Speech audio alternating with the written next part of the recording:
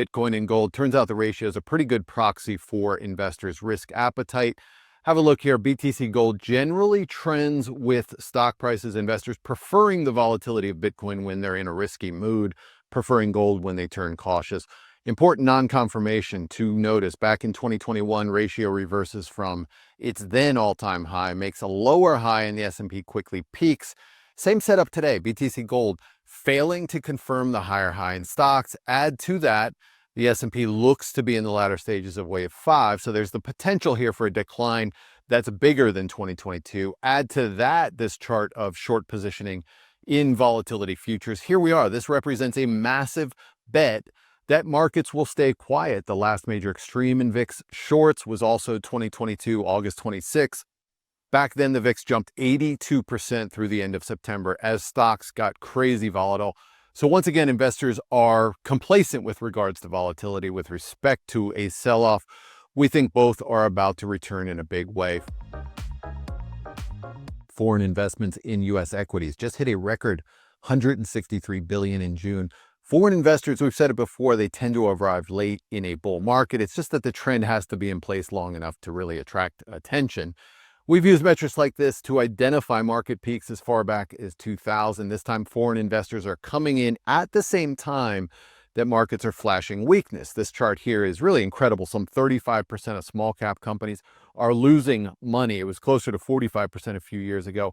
Keep in mind, interest rates were near zero, not only during the COVID era, but really from 08 to around 2015. So small companies have been able to limp along through their access to cheap borrowing. That easy money era is ending, and a bankruptcy wave at this point is probably inevitable. There's still lots of opportunities, but they're going to come from places you may not be aware of. 10-year treasuries, one of the most consequential markets in the world right now, in my opinion anyway. We are viewing this pattern here as a textbook impulse wave up since 2020, near the end of a fourth wave. So highly likely that the next move is a fifth wave to new highs. Ed Yardeni used to say back in the 80s, he's an American economist, used to say that if monetary authorities won't regulate the economy, bond investors will. Our take slightly different, but he's right in the sense that markets are calling the shots. Bond investors are demanding higher yields to compensate for what they see as higher risks. And it's not just the US, right? We can look at the UK, Canada, Germany, even Japan now, yields climbing despite cuts from the central bank. So the bond vigilantes are back. That's another term from Yardeni. Whether they fear inflation, whether they fear default, maybe some combination of the two, or something else entirely, yields are going up one way or another, and the investment game changes in this environment. Bull markets are born on pessimism, they grow on skepticism, they mature on optimism, and they die on euphoria. That's the late, great Sir John Templeton. Hard to argue we're not in the euphoria phase. This chart from Bloomberg's Simon White, we've shown it before, 7 financial metrics, valuation metrics, all wrapped up into an index that just hit new all-time highs. It's beaten the 99 bubble, it's beaten the highs in 66, we've even beaten the 29 top. All of those were years of euphoria upon which a bull market died. This time, tech is again the epicenter. Tech stocks outpacing the S&P beyond the 2000 peak, beyond the 68 peak.